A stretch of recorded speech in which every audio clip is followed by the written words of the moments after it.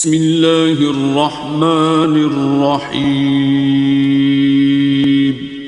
شروع اللہ کا نام لے کر جو بڑا مہربان نہایت رحم والا۔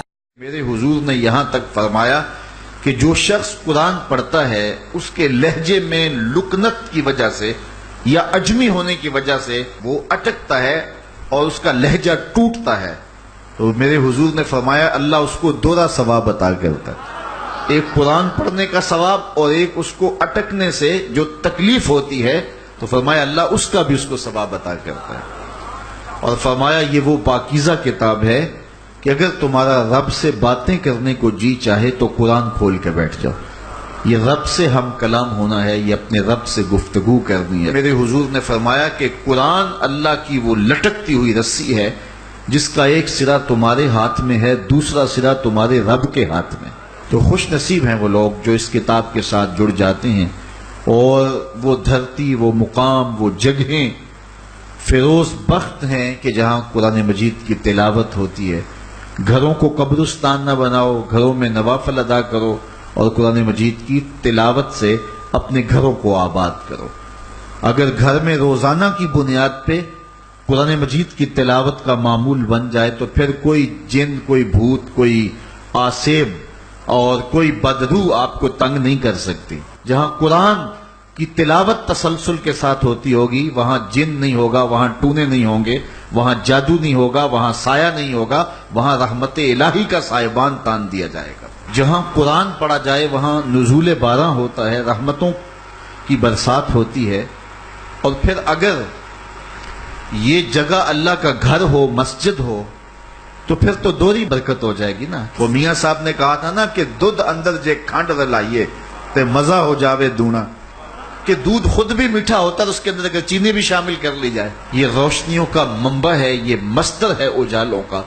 اس کتاب سے اتنی روشنیاں پھوٹتی ہیں کہ زندگی کے سارے اندھیرے ختم کیے جا سکتے ہیں۔ یہ طمانیت قلب کا سبب بھی ہے، یہ روح کے اجالوں کا سبب بھی ہے، یہ کتاب زندگی ہے، کتاب حیات ہے۔ اس کے بتائے ہوئے اصولوں کے مطابق اگر زندگی بسر کریں گے تو یہ زندگی بھی خوبصورت ہوگی، اور اس زندگی کے بعد ایک اور شروع ہونے والی زندگی ہے، وہ زندگی بھی خوبصورت ہوگی۔ قرآن قبر میں چراغاں کرے گا، قبر میں روشنیاں دے گا، قبر میں اجالا کرے گا۔ اس کتاب کے اندر ایسے ایسے شفا کے نسخے رکھے گئے ہیں کہ ہماری زندگی کے روز مرہ مسائل کا حل ہے۔ مثال کے طور پہ آج کل ہر بندہ معاشی طور پہ پریشان ہے، تو سورہ واقعہ صرف 3 رکوعوں پر مشتمل ہے۔ اگر یہ معمول زندگی بنا لے تو سورہ واقعہ جہاں ہوگی وہاں نحوستیں اور بے برکتیاں نہیں ہوں گی۔ سورہ یاسین پڑھو گے تو بے پناہ برکتیں اس کے دامن میں رکھی ہوئی ہیں۔ اسی طرح سورہ اخلاص صرف 3 مرتبہ پڑھیں گے تو پورے قرآن پڑھنے کا ثواب نصیب کر دیا جائے گا۔ ایک شخص حضور کی خدمت میں حاضر ہوا اور اس نے حضور سے کہا کثیر العیال ہوں، ذرائع آمدنی بہت تھوڑے ہیں، تو میرے لیے کوئی دعا کیجئے، کوئی مجھے نسخہ بتائیے۔ تو آقا کریم نے اس کو جو نسخہ بتایا سنا، فرمایا جب گھر جائے تو گھر والوں کو السلام علیکم کہہ دیا کرو۔ یہ کتنا سوکھا نسخہ ہے اور کتنا اچھا وظیفہ ہے، گھر والے بھی خوش، اللہ رسول بھی خوش۔ اس کے بعد 1 مرتبہ سورہ اخلاص پڑھ لیا کرو، غربت توڑ نسخہ۔ جب بھی گھر جاؤ السلام علیکم، اس کے بعد 1 مرتبہ سورہ اخلاص۔ اور میرے حضور نے فرمایا کبھی ایسا ہو کہ تو گھر جائے، گھر میں کوئی بھی موجود نہ ہو، تو فرمایا عمل چھوڑنا نہیں، فسلم علیہ، پھر مجھے سلام کہہ دینا۔ وہ اپنے نام لیواؤں کو تنہا چھوڑتے کب ہیں، جہاں ہم دم نہ ہو کوئی وہاں سرکار ہوتے ہیں۔ وہ کہتے ہیں میں عمل شروع کر دیا، گھر جاتا السلام علیکم، اس کے بعد السلام علیکم کے بعد میں سورہ اخلاص 1 بار پڑھ دیتا۔ اس عمل کی برکت سے میں نے تو امیر ہونا ہی ہونا تھا، میرے ہمسائے بھی امیر ہو گئے، میرے ہمسائے بھی امیر ہو گئے۔ تو قرآن کو اپنی زندگی میں بسا لو، قرآن کو شامل کر لو، دنیا بھی سنورے گی، قبر بھی سنورے گی، نزا کا عالم بھی سنورے گا، حشر میں بھی اجالے ہوں گے، جنت کی بہاریں بھی نصیب ہوں گی، اور رسول اللہ کا ساتھ نصیب ہوگا۔ تو اس کتاب سے جڑو، اس کو ورق ورق پڑھو، اس کو حرف حرف پڑھو، اس کو رکوع رکوع پڑھو، اس کا ایک آیت ممکن ہو تو ایک آیت روز پڑھ لو، اور اس کو ترجمے اور تفسیر کے ساتھ، توضیح کے ساتھ، شان نزول کے ساتھ اس کتاب اللہ کی تلاوت کا معمول بناؤ۔ دنیا کے اوپر جتنے بھی لباس پہنے جاتے ہیں ان کو کئی کئی جیب میں لگی ہوتی ہیں، شلوار قمیض ہو یا پینٹ شرٹ ہو تو کئی کئی جیب میں لگی ہوتی ہیں، صرف ایک لباس ہے جس پر جیب کوئی نہیں، اور وہ کفن ہے۔ یہ بغیر جیب کے لباس اس لیے کہ یہاں سے کوئی ساتھ لے کر نہیں جانا، صرف عمل ساتھ لے کر کے جانے۔ لیکن حب دنیا اس طرح رچ بس گئی ہے کہ بس سویر سے لے کر شام تک بھاگم بھاگ اسی پہ لگی ہوئی ہے۔ جس نے ڈھیروں اکٹھے کر لیے چین اسے بھی نہیں آ رہا، قرار اسے بھی نہیں ملتا، اور اگر کسی سے پوچھو تو وہ کہتا جی بس روٹی کے لیے لگے ہیں، پیٹ کے لیے دھندا کر رہے ہیں۔ پیٹ تو 2 روٹیاں صبح مانگتا ہے، 2 شام کو مانگتا ہے، چلو 2 دوپہر کو بھی دے دیں اس کو۔ یہ اتنا کچھ کیوں ہو رہا ہے؟ یہ حب الدنیا و کراہیت الموت، یہ دنیا کی محبت، اور حب الدنیا راس و کل خطیہ، ہر گناہ کی جڑ دنیا کی محبت ہے۔ آقا کریم نے فرمایا مجھے اس بات کا کوئی ڈر نہیں ہے کہ میرے بعد تم شرک میں مبتلا ہو جاؤ گے، بت نہیں پوجو گے، تم شرک میں مبتلا نہیں ہوگے، مجھے اس بات کا ڈر ہے کہ میرے بعد تم دنیا دار ہو جاؤ گے۔ دنیا میٹھا خواب ہے، اور اس دنیا کے اوپر ہم آئے ہیں چند دن کے لیے، لیکن لگتا ہے کہ یہاں سے ہم نے جانا ہی نہیں ہے۔ سامان 100 برس کا، پل کی خبر نہیں۔ تھوڑا سا وقت ہے، اس وقت کی حفاظت کیجئے، اس کو یاد الہی میں گزاریے۔ آج موقع ہے، توبہ کا دروازہ کھلا ہے، کل یہ دروازہ بند ہو جائے گا۔ اس وقت کے پچھتاوے سے کوئی فائدہ نہیں ہوگا۔ آج کا پچھتاوا کل کی بہتری کی ضمانت ہے۔ وقت پر کافی ہے قطرہ بھی آب خوش ہنگام کا، جل گیا جب کھیت برسا می تو پھر کس کام کا۔ آج موقع ہے، وہ کسی نے کہا تھا آج ساوی نے کھلے راوی نے، انج ٹوک نوکھڑے ٹکڑے نہیں۔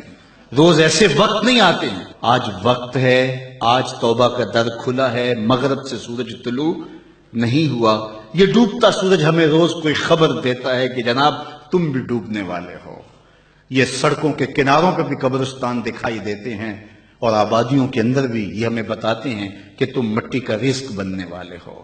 یہ بڑھاپا، یہ جو ہے وہ ڈھلتی جوانی، حضرت یعقوب علیہ السلام نے اسرائیل سے وعدہ لیا تھا کہ میری روح قبض کرنے کے لیے اچانک نہیں آنا، پہلے کوئی قاصد بھیج دینا تاکہ میں موت کی تیاری کر لوں۔ حضرت اسرائیل نے وعدہ کر لیا کہ میں آپ کو پہلے ضرور بتاؤں گا۔ ایک عرصہ گزرا تو حضرت اسرائیل حاضر خدمت ہوئے، پوچھا کدھر آئے ہو؟ کہا قبض روح کے لیے آیا ہوں۔ کہا تم نے تو وعدہ کیا تھا کہ اچانک نہیں آؤں گا، پہلے کوئی قاصد بھیجوں گا، تم نے تو کوئی قاصد نہیں بھیجا۔ حضرت اسرائیل عرض گزار ہوئے حضور آپ کے سامنے کتنے لوگوں کی موت واقع ہوئی، یہ میرا قاصد نہیں تھا تو اور کیا تھا۔ ابھی ہم آ رہے تھے، یہ تھوڑا سا لیٹ اس لیے ہوئے کہ راستے کے اندر ٹریفک جام تھی، تو آگے کیا تھا کہ کسی گاڑی نے ٹکر ماری اور بیچ چوراہے میں لاش پڑی تھی۔ وہ صبح تو ہنستا ہوا گھر سے آیا ہوگا، لیکن اب اس کے گھر میں اس کا جنازہ پہنچے گا۔ مجھے اور آپ کو نہیں پتا ہمارا اٹھنے والا اگلا قدم کہاں ہے، اور جب ہمیں یہ نہیں پتا ہے، فرمایا گیا زندگی اور موت کے بارے میں کیا خیال ہے؟ کہا فجر پڑی ہے، پتہ نہیں ظہر پڑیں گے یا کہ نہیں۔ کہا میری صحبت میں بیٹھ کے اتنی لمبی امیدیں لگائے بیٹھے ہو۔ کہا ظہر پڑی ہے جناب، عصر پڑیں گے یا کہ نہیں۔ ایک بولا عصر پڑی ہے، پتہ نہیں مغرب پڑیں گے یا کہ نہیں۔ ایک نے کہا ایک رکعت پڑی ہے، پتہ نہیں دوسری رکعت بھی پڑھنی نصیب ہوتی ہے یا نہیں۔ فرمایا یہ سب تمہاری باتیں، میں تو کہتا ہوں ایک طرف سلام پھیرا ہے، پتہ نہیں دوسری طرف سلام بھی پھیر سکیں گے یا کہ نہیں۔ کیا موت اتنی قریب نہیں ہے؟ میں اور آپ اپنی آخرت کے لیے کیوں نہیں سوچتے؟ اپنی زندگی کو کیوں نہیں بدلتے؟ توبہ کا در کھلا ہے، کل نہیں ہوگا۔ تو آئیے آج کے ان حسین لمحوں کو، آج کی ان گھڑیوں کو، آج کی جوانی کو، حتیٰ کہ آج کے بڑھاپے کو حسن دے لیں، اور آج کا پچھتاوا کل کی بہتری کی ضمانت ہوگی۔ کل کا پچھتاوا سوائے دکھ بڑھانے کے اور کچھ نہیں ہوگا۔ آنا تو ہے ہی اس کی چوکھٹ پہ، پھر جو لوگ اٹھا کے لے کے آئیں گے، اچھا نہیں ہے کہ خود چل کے جائیں، پھر جو لوگ کندھوں پہ اٹھا کے لے کے جائیں گے، کل جو کفن میں منہ چھپا چھپا کے جاتے پھریں گے، اس کی رحمتیں آواز دیتی ہیں کھلے منہ آ جا، میری رحمتیں تیرا استقبال کریں گے۔